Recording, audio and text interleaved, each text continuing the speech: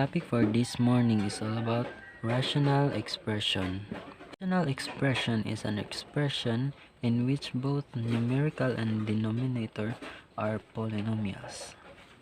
Simplifying rational expression is done by converting the numerator and denominator to their lowest form.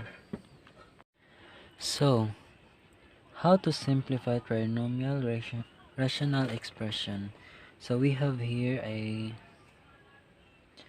x squared plus 5x plus 6 over x plus 3.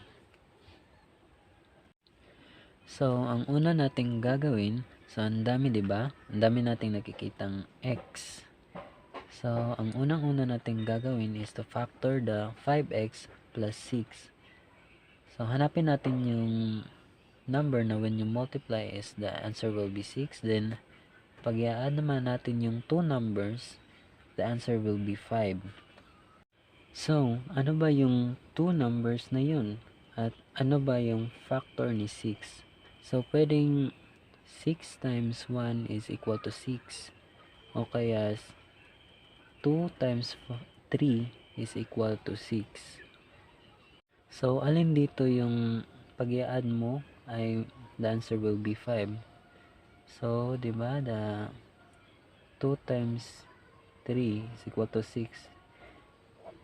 Ito yung pag i-add natin, 2 plus 3 is equal to 5. So, ito yung sagot. So, na-factor na natin. So, ilagay na natin si 2 dito, tsaka si 3. So, yung x squared, simple as paghihiwalay natin dito. Then, copy the add positive sign.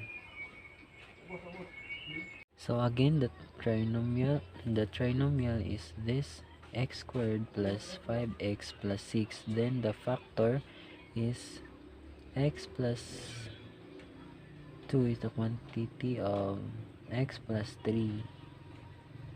So, yung nasa ilalim, hindi yan pwedeng i-factor. So, i-copy lang natin dito. X plus 3.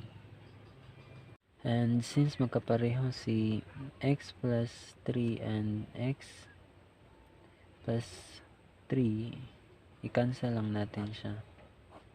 So, the answer will be x plus 2. So, ito yung answer niya.